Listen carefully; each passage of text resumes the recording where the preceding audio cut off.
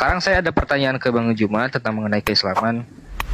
Buktikan kepada saya kalau Nabi Muhammad itu adalah seorang nabi, bukan nabi palsu, bahwa dia diutus untuk muka bumi ini tanpa menggunakan Al-Quran, tanpa menggunakan hadis, karena percuma juga sebagai Kristiani tidak mengimani Al-Quran dan tidak mengimani hadis.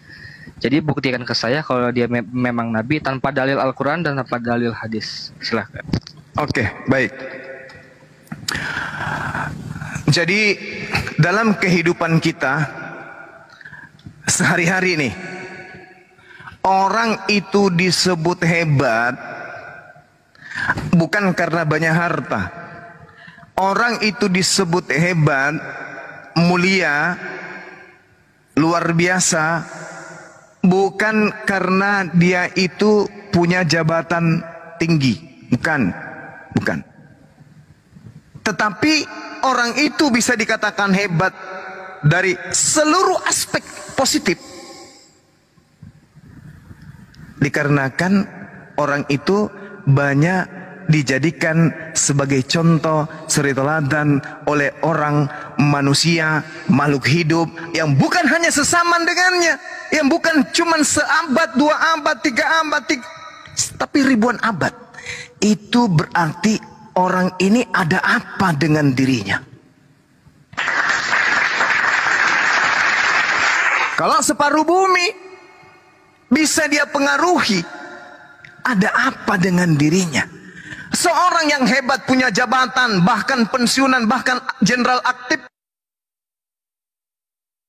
pun begitu pensiun dah selesai. Tapi ketika ada orang yang memiliki sinar cahaya, perilaku, perbuatan, tita, sabda yang bisa dijadikan sebagai acuan dalam pola kehidupan manusia, zaman apapun manusia itu hidup, ini berarti orang ini bukan manusia biasa ini.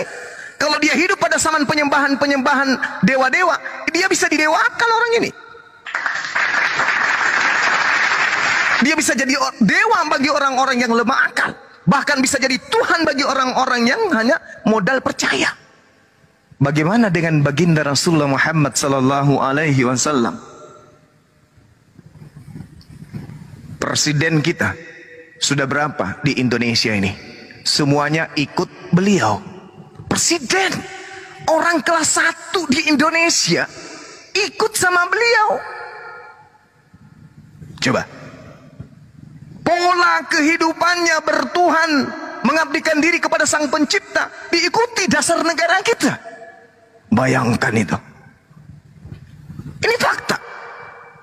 Saya tidak bawa Al-Quran, saya tidak bawa hadits, tapi kenyataannya, faktanya. Kalau dibandingkan Lukas, siapa pengikutnya Lukas? Markus, siapa pengikutnya Markus? Paulus, siapa pengikutnya Paulus? Yesus, mana pengikutnya Yesus? Tak ada.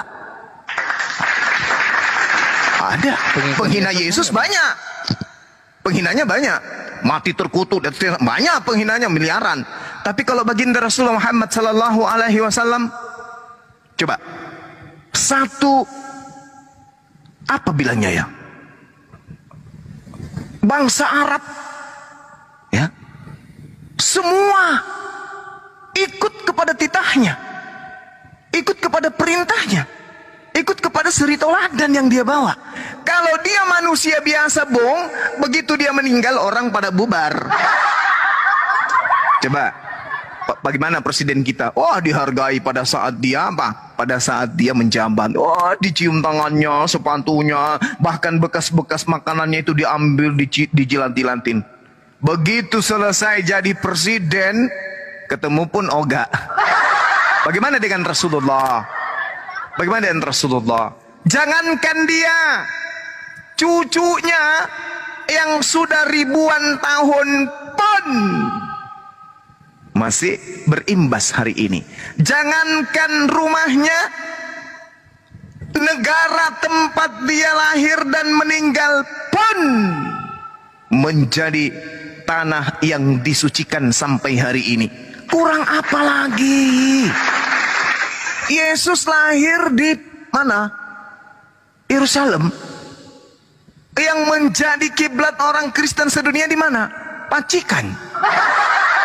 Kasihan dia. kenabiannya gugur. Nabi Musa, di mana tempatnya lahir? Gugur. Kerajaan Daud, di mana tempatnya pernah berdiri? Gugur. Baginda Rasulullah Muhammad SAW mendirikan sebuah kerajaan Mekah 1400 tahun silam. Pernah cahaya kerajaannya pudar sampai hari ini? Subhanallah. Kalau dia bukan nabi, dia bukan rasul, lalu apa? Dewa.